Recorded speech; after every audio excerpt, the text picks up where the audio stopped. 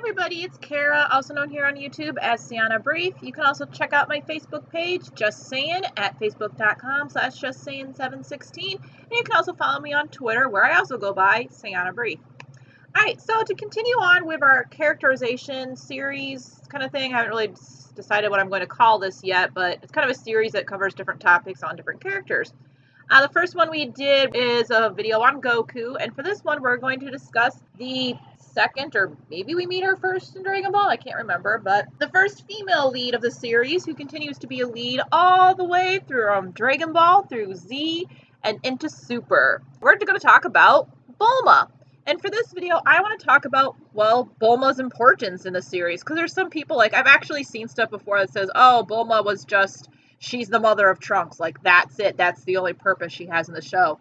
Which, I mean, if you're any type of a Dragon Ball fan, you know that's total BS. I mean, Bulma's one of the first characters we meet in Dragon Ball. She joins up with Goku and to search for the Dragon Balls, and that's basically how the series is born.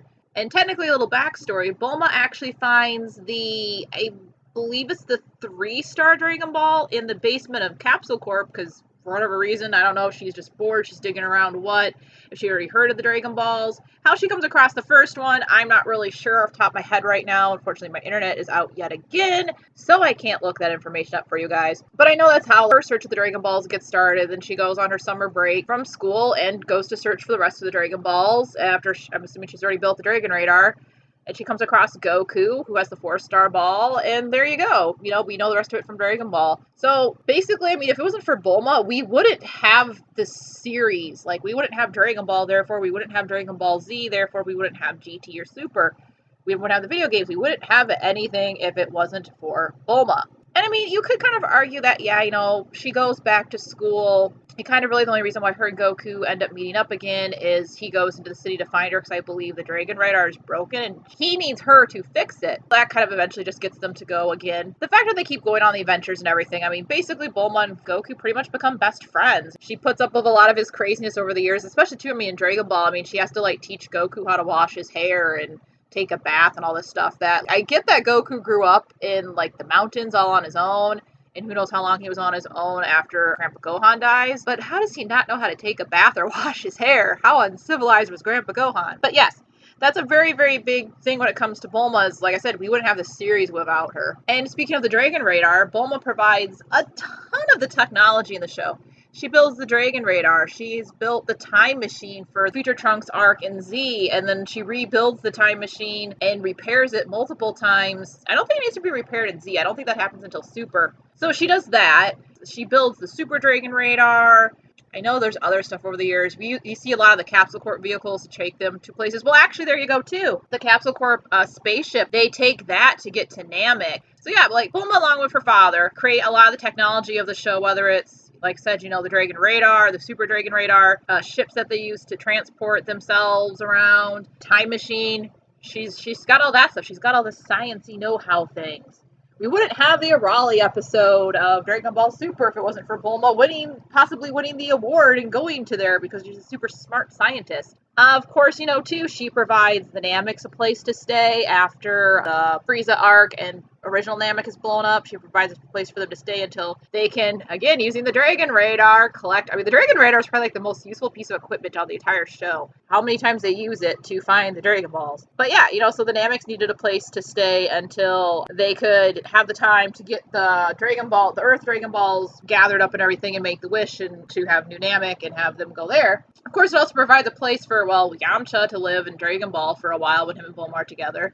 And then the place for Vegeta to live, which most likely leads to Vegeta and Bulma, you know, getting busy with it and creating Trunks, which, of course, you know, if it wasn't for Trunks, we would, oh gosh, I should do a video of this. If it wasn't for future Trunks, if it wasn't for Bulma birthing Trunks, I mean, she technically did not have to have this kid. You know, she could have ended the pregnancy and not had Trunks. So Bulma getting pregnant with Trunks, having Trunks, raising him, building the time machine, making the cure for Goku's heart virus, and sending Trunks to the past to give Goku the heart virus and all that stuff.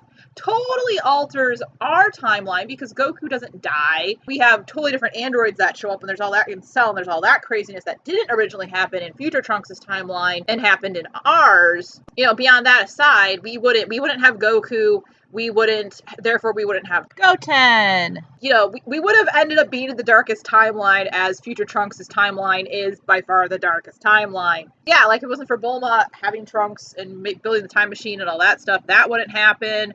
And I don't know too, maybe Bulma's played a part in seeing Vegeta change over time. I think part of that's been like a thing for a Vegeta video as well, but that's also kind of a part that Bulma plays. I mean, of course now with Super, she gives us the connections with Jocko as well, so that's pretty cool. She's also actually helping out. Actually, there you go, there's another one. I just thought of this while recording this.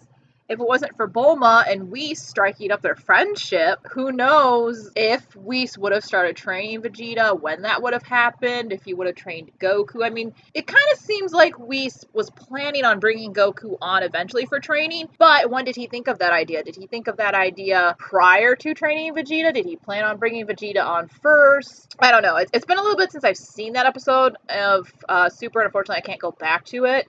But I know he's like, well, I figured it was about time with Goku. I don't think he does that with Vegeta. I really don't. I think Vegeta's actually kind of got to work for it a little bit more. But anywho, so there's that fact. So yeah, you know, Bulma strikes up the friendship with Whis, which gathers more connections and things. She knows Jocko from her past, so that creates different storylines and different things and whatnot that happens in Super. So yeah, Bulma is a pretty darn key character. But she's definitely a lot more than just Trunks' mom. She's definitely a lot more than Vegeta's wife. I mean, somehow she got Vegeta.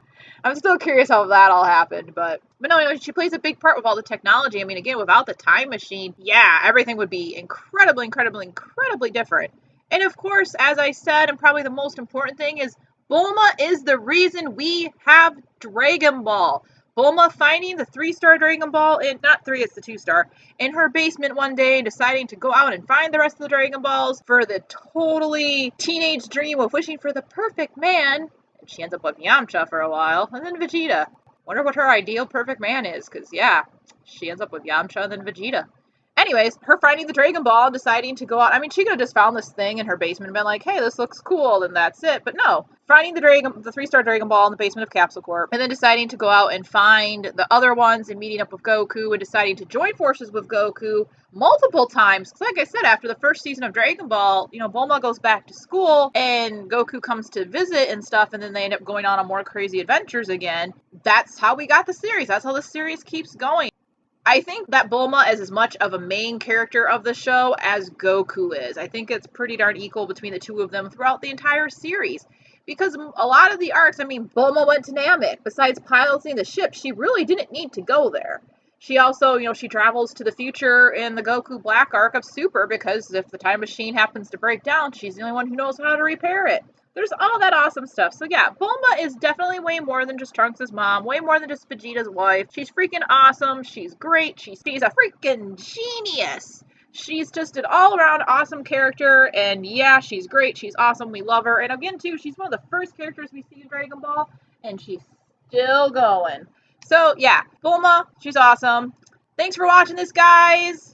I hope you liked it. If you did, subscribe, ring the bell for notifications. I'm going to have more of these videos coming up with this, talking about different characters of the series, and I'm going to have multiple topics on the same character. I'm just breaking them down in one video. So again, I hope you liked this. Again, subscribe, ring the bell for notifications, check out my Facebook page, follow me on Twitter, and as always, take care and peace.